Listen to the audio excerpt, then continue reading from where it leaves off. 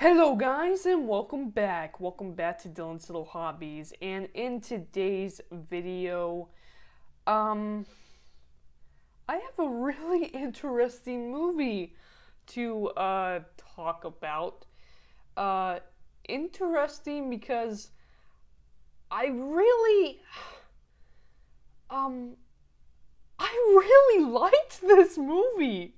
Even though yeah, I have a couple things to say about it that you can take in a negative light, but I really liked this movie. And that is a movie called Wish Dragon, which let's be frank. Um it's and I don't want to say this as me being rude to the movie, but I'm gonna be honest, it's a Netflix Aladdin ripoff. it's an Aladdin ripoff, a Disney Aladdin ripoff. But they did something with this movie that made me absolutely love it. And in today's video, we're going to talk about that. What do I absolutely love about Wish Dragon? It has something that I'm missing from Disney a lot these days. It has heart. It has spirit. It has a reason to be made other than money. Okay?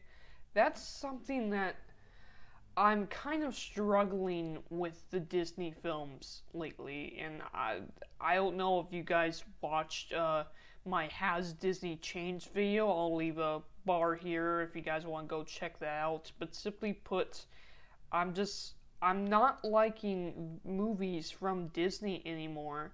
I mean, Soul was a really great movie. I really did like Soul, but I think it's below Pixar standards. But simply put, I didn't think Soul was the best movie ever. I think it's a great movie. I don't think it's the best movie ever.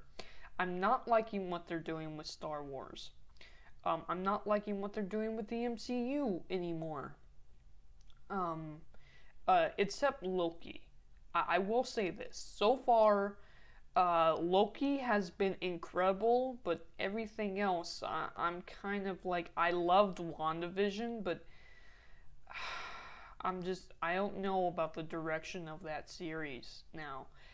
And then, of course, you have Disney itself. The remakes are terrible. And then you have their original Disney movie, Raya the Last Dragon. Let me be honest with you. I didn't even watch the film. I saw the trailers, and I just didn't like the look of this film. I didn't. There was something about it that I don't have the feeling for. And Raya the Last Dragon is the first Disney original movie from Disney itself that I have not watched. Because I have no interest in watching that. But it's really interesting because here I'm watching Wish Dragon. What does Wish Dragon have that... And let's compare it to the actual movie that... not Raya the Last Dragon, but the movie I want to actually compare it to is actually Aladdin, you know? Now, don't get me wrong. Is it as good as the original Disney Aladdin? No. No. I love Aladdin. It's nowhere near in my top favorites of all time, but I think Aladdin is a fantastic movie. From a once upon a time fantastic company. There is no, to me, when I look at Disney now, there's nothing I see that makes me go, ooh, I kind of want to see that, because there's something to attach to. For me, I look at it and I'm just like, you guys are just here for the money, aren't you? And it truly shows in the prod, because the prods that came out about 5 years ago, 5-6 years ago, they were pretty good. I'm actually, yeah, 2021, 6 years ago. Really, I noticed a big shift in 2015. 6 years ago, the prods coming out 6 years ago were actually really good, and now it's nah. And then of course, let's face it.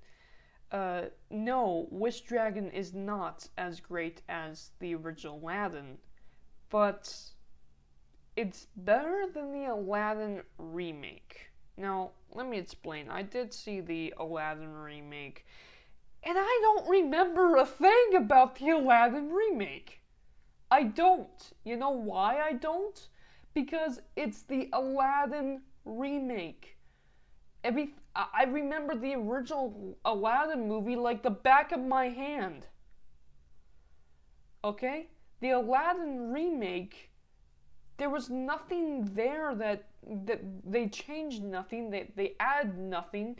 It was Aladdin in live action, okay? And that's the thing when it comes to live action remakes, right?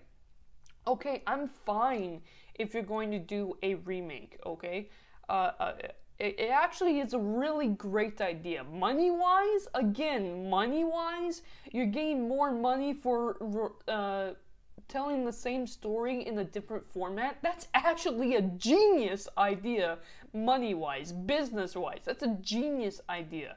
But as for creativity and expansion of creativity, it's a poorly done idea. And I mean, it's fine if you're going to make remakes because that makes you more money, obviously, with the same story. But if you don't add something to it that makes it memorable, then what's the point? You know, what's the point? And something that I really do like, even though not everyone's going to agree, is the Dumbo remake.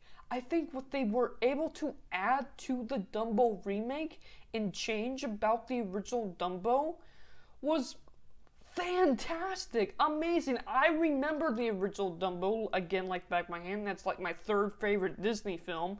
And the original Dumbo is fantastic, amazing. And no, the remake has nothing on the original Dumbo. It never will. But they added to the remake. They added to the film, they added to the original story to make it not only grander, but memorable. You know, they just changed a few things and it made such a difference. It wasn't just a carbon copy. And that's the problem I have with, you know, the Lion King remake. And even the Jungle Book wasn't, in my opinion, that good because they don't add anything special to their movies anymore. And Mulan, oh my god.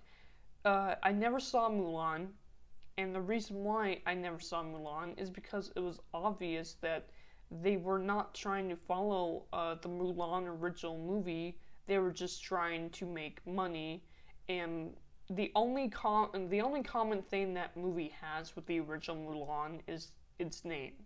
It's not even Mulan remake. It's Mulan something else from Disney. You know? And I mean, I actually, you know what? Beauty and the Beast was actually a memorable movie. I don't think it was their best work in terms of their remakes, but I actually really did like that movie. I will say that. They did change a few things that made it memorable to me, but for the most part, no. That's not how you do a franchise like this, a company like that. That is not how you make memorable, long-lasting, timeless movies. Disney has lost their way. And what's amazing is that I saw some heart, some creativity from a Disney ripoff. A Disney ripoff, guys, that's sad. Now, let's just briefly talk about, of course, the main movie we're supposed to be talking about here, and that is Wish Dragon. Okay, first off, I'm not really a fan of furry dragons. I'm not really a fan of the color pink. So we have a pink furry dragon in this movie. If I saw the dragon first, I probably wouldn't watch it. Just because I'm not really into pink furry dragons. But I just clicked on this movie, right? I saw a picture of the main character or something on Netflix, and I'm like, okay, I have an hour to spare. Let's just see how this movie is. I know it's an hour and a half, but let's just see how the movie is. And from the very first frames of the movie, I fell in love with the characters. It's about this boy who was kind of always a troublemaker. His mom's a single mom. He finds this girl and they become best friends. But eventually she moves away, and when he finds her again, he finds that they're in two different worlds. The rich class and the poor class, just like Aladdin, you know. Aladdin finds Jasmine. Jasmine's in the high class and he's in the lower class. He thinks he has to be in the higher class to get her attention, and that's basically what happens in this movie. Like I said, it's a Aladdin ripoff. Eventually, he finds a magical cup, and poof, a genie comes out. No, it's a magical wishing dragon, but it's the genie. And I really liked what they did to the character of the magical wishing dragon as well. It turns out he was a king at some point. I'm sure that's not the right word to use, but he was a king at one point, and he died not knowing the value of life. So the gods cursed him to be a wishing dragon and served him masters until he learned the meaning of life. And that's what he's trying to do. And he's gone through 1,000 years and he still hasn't learned the meaning of life. Well, this story teaches him the meaning of life, you know, when he notices how this boy just really wants his best friend back. And I love the fact that it's not a romantic relationship. I love the fact that this is just friends. Honestly, I would be fine if it was a romantic relationship, because I ship them. By the end of the movie, I ship those two together. But honestly, I love the fact that this was just a story about a friend wanting to get another friend, teaching someone, the dragon, about the value of life. I thought that was a fantastic spin on the original Aladdin story. I love this movie. Now, granted, animation-wise, it's about average. That isn't bad. I'm just saying, different animation, a different art style to the animation. It can be kind of interesting to look at and add so much more to the experience. But this is very basic animation, very average animation to today's standards, and it's not bad to look at, but it's not why I watched the movie, you know. I kind of watched the movie because I wanted to waste time, and I ended up falling in love with the movie because it actually has heart. It actually has reason to be made, and that's just something Disney has lost. The Aladdin remake is a great example of it, because I did watch that film and I can't remember anything memorable about it. I give this movie about a 7 out of 10, and I know I didn't go too in depth with this movie. Maybe I'll do a separate review to go in depth about this movie. But believe me, if you're looking for something with just a little bit of heart, a little bit of, I don't know, entertainment, you know, a story that can touch your heart, and just make you feel for the characters, you know, I don't think that's really a bad thing to ask for. If you're looking for a movie like that, then I highly recommend Wish Dragon. And yeah, it's a ripoff. But man, it's a darn good one. Thank you guys for watching this video. Let me know down in the comments below. Am I just a Disney hater? What do you think about the movie Wish Dragon? Are you going to watch it? You should watch it. Thank you guys for watching, and I am out for now. Bye.